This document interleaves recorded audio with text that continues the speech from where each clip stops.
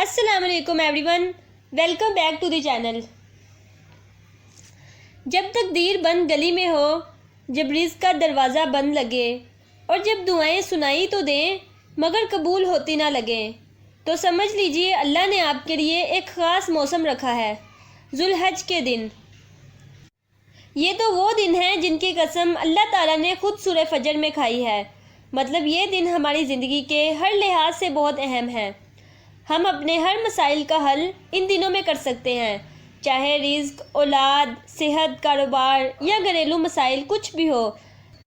اللہ تعالیٰ فرماتے ہیں والفجر ولیال عشر، قسم ہے فجر کی اور ان 10 راتوں کی۔ جس چیز پر اللہ قسم کھائے سمجھ لو وہ عام نہیں، خاص ہے۔ حج کے ان دنوں کی فضیلت کا اندازہ آپ ان چند واقعات سے لگا سکتے ہیں۔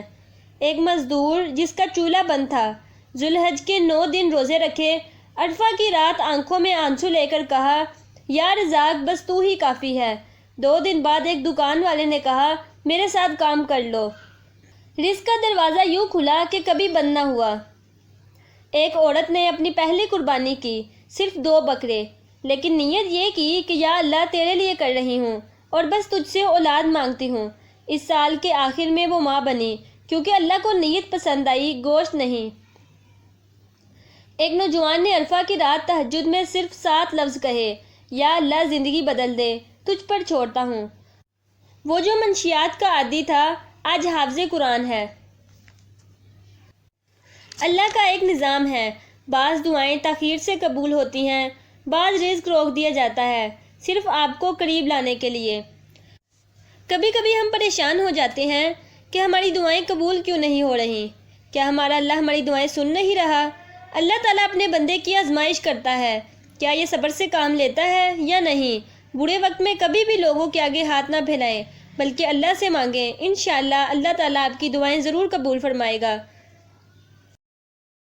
انشاءاللہ تعالیٰ آپ کے لیے رزق کے دروازے کھول دیے جائیں گے۔ صدقہ کریں، چاہے وہ تھوڑا ہی کیوں نہ ہو، نیت صرف اللہ کی رضا ہو۔ روزانہ کم از کم 33 بار یا رزاق پڑھیں۔ کیا قربانی کا مطلب صرف جانور ذبح کرنا ہے؟ قربانی کا مطلب صرف جانور ذبح کرنا ہرگز نہیں۔ اصل قربانی تو ہے اپنا نفس کاٹنا، غرور، تکبر، گناہ، یہ سب بھی قربان کرنا ہے۔ حضرت ابراہیم علیہ السلام نے اپنا بیٹا قربان کیا۔ ہم سے صرف اتنا مانگا جا رہا ہے کہ اپنے دل کو اللہ کے حوالے کر دیں۔ عرفہ کے دن سب سے زیادہ دعائیں قبول ہوتی ہیں۔ رسول اللہ صلی اللہ علیہ وسلم نے فرمایا عرفہ کے دن سے بڑھ کر کوئی دن نہیں جس میں اللہ بندے کو آگ سے زیادہ آزاد کرتا ہو۔ روزانہ تہجد پڑھیے اور تہجد میں ایک خاص دعا کیجیے، یا اللہ میرے حق میں وہی لکھ دے جو تیرے نزدیک بہترین ہے۔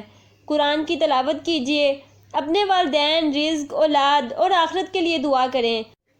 دوسروں کے لیے بھی دعا کریں، کیونکہ فرشتے وہی دعا آپ کے حق میں دہراتے ہیں۔ ذو الحج کے دن یا تو گزر جائیں گے یا زندگی بدل دیں گے، یہ فیصلہ آپ کے عمل پر ہے۔ کمنٹ میں صرف ایک دعا لکھیں جو آپ دل سے مانگ رہے ہیں، شاید آج وہ قبول ہو جائے، شاید آپ کی تقدیر بدل جائے۔ اور اگر آپ نے کچھ محسوس کیا ہو تو ویڈیو کو دل سے شیئر کریں، شاید کسی اور کی دعاؤں کا ذریعہ آپ بن جائیں۔